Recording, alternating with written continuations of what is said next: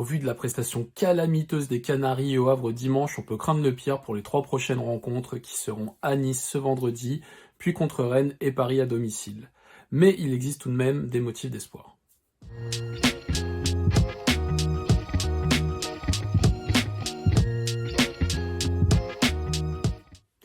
Bonjour à tous, on se retrouve pour une question de la semaine consacrée au FC Nantes avec cette interrogation: faut-il craindre le pire pour les Canaries lors des 3 prochaines rencontres?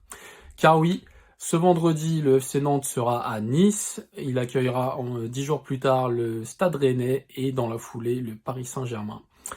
Donc cette interrogation, elle provient du fait que le FC Nantes s'est incliné lamentablement au Havre dimanche, vraiment un non-match, une catastrophe. Anthony Lopez a pointé du doigt le manque d'implication de ses coéquipiers, le manque de bagarre sur le terrain, et Antoine Camboiré a dit à peu près la même chose dans son analyse d'après-match. C'est vrai que perdre au Havre, qui n'avait plus gagné à domicile depuis le mois d'octobre, c'est quand même pas donné à tout le monde, ça c'est sûr.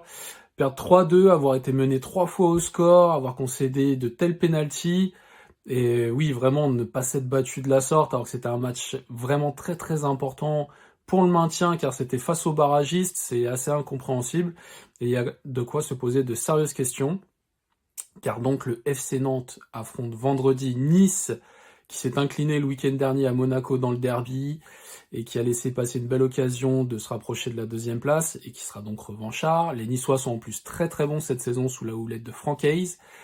10 jours plus tard, parce qu'il n'y aura donc pas le match contre le PSG qui a été reporté pour permettre aux Parisiens de se reposer en vue de la Ligue des Champions.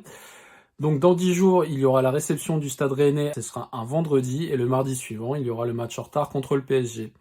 Donc on l'a dit, les Niçois sont revanchards, le Stade Rennais va beaucoup mieux depuis qu'Habib Beye est arrivé, et le PSG roule sur tout le monde en Ligue 1 depuis le début de l'année.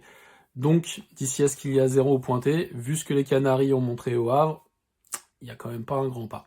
Mais il y a tout de même des motifs d'espoir, et ces motifs d'espoir remontent à la première partie de saison. Contre ces 3 mêmes adversaires, les Nantais avaient pris 5 points. Ils avaient fait match nul contre Nice à domicile, donc ils avaient battu le Stade Rennais 1-0 et ils étaient allés chercher un très bon point au Parc des Princes grâce au début très réussi de Patrick Karlgren dans les buts. Mais pour contrebalancer tout ça, évidemment, il faut bien contrebalancer.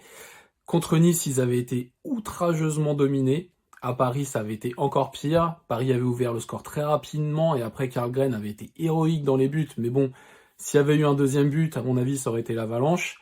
Et puis on se souvient que contre Rennes, Nantes avait réussi un très bon match, mais les Rennais avaient trouvé le moyen d'égaliser dans les dernières secondes, un but refusé par la VAR pour une faute qui était vraiment pas évidente. Et à l'époque, c'était Sampaoli sur le banc et les Rennais étaient vraiment mauvais. Avec Habib Beye depuis, c'est beaucoup plus solide, plus sérieux.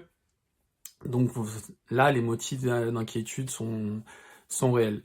Donc combien de points vont prendre les Canaries sur cette série de matchs, sachant que les suivants seront beaucoup plus abordables? Ce qui est sûr, c'est que dans le même temps, le Havre va également affronter le PSG et le Stade Rennais. Certes, il y a 2 équipes entre le Havre et Nantes dans la course au maintien, mais il n'y a que 3 points de différence entre les 2 équipes. Donc ce qu'il faudrait, c'est que le FC Nantes prenne plus de points que le Havre sur cette série de matchs à venir. Il y a des motifs d'espoir, il y a aussi des motifs d'inquiétude.